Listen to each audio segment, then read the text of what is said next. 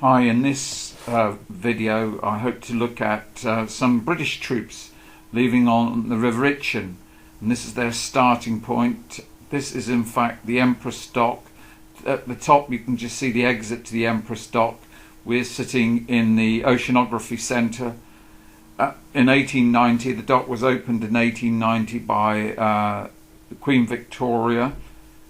At that time it could accommodate the largest ships in the world, and what we're going to see is how it was used in 1944 as an assembly point for landing craft before D-Day.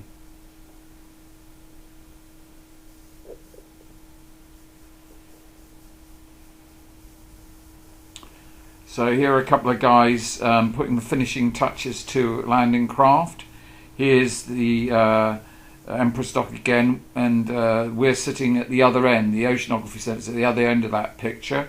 That's a caisson, one of the breakwaters for the Mulberry Harbour.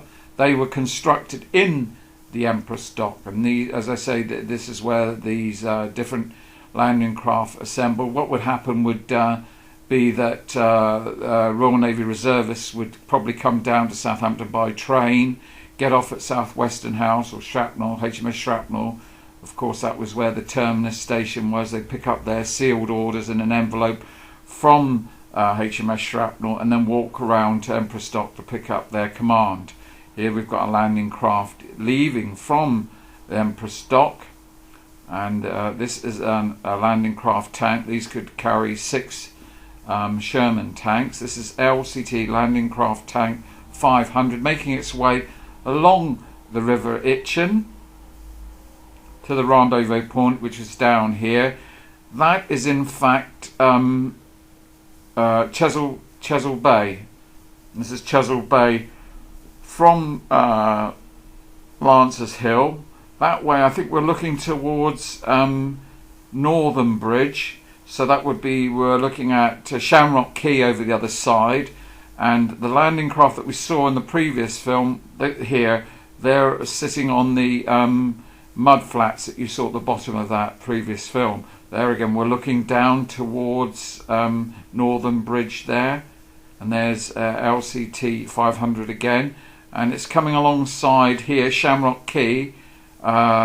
This is a gunboat along Shamrock Quay, and what presumably was happening was that before they picked up their cargoes, they were made sure that their water tanks were full and they had the necessary fuel. That would have been done at Shamrock Quay. And here's these are elements of the 50th Division on tea parade before they sprint off down Brinton's Road towards their rendezvous point for their landing craft.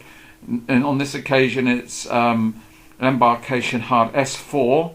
So this is S4 outside St Mary's Stadium.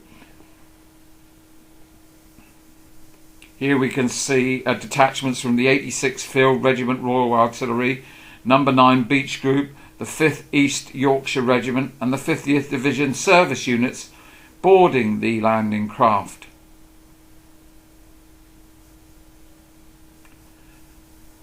And there we can see behind is Northam. We can see those gasometers, which were a familiar sight in Northam. They've disappeared now, they've completely gone. That's where we saw the American convoy arrive earlier. This is that's Ocean Village, the gap to Ocean Village as we go down the River Itchen. So this is to Southampton water, and here we can see a Sunderland flying boat coming into land on Southampton water. Of course, the flying boat station had moved to Poole in Dorset for safety reasons, so that must have been a special flight with the commanders and all the bigwigs ready for D-Day. Here we're on board an LCT, and these look like commandos having their sandwiches on board the jeep there. And here are pictures of the Armada making their way across the channel to Gold Beach, probably. And there we can see some more of these soldiers, and you can see, I think one of the points of this film, one of the propaganda values of this film, was to show how the different regiments merged together, and you can all see their different cap badges. That one looks like a commando cap badge, but you see, if you take a careful look at the other badges, there are quite a variety, and I do believe that the commandos were allowed to use keep their old cap badges. And here we get some idea of what it looked like on their arrival on Normandy. The weather wasn't always perfect, and you can see the smashed equipment on the side. This is because we're talking about the 6th and 7th of June. These are the first sort of troops that are going to land, and here you can see them wading ashore, of course. And what happens here, of course, one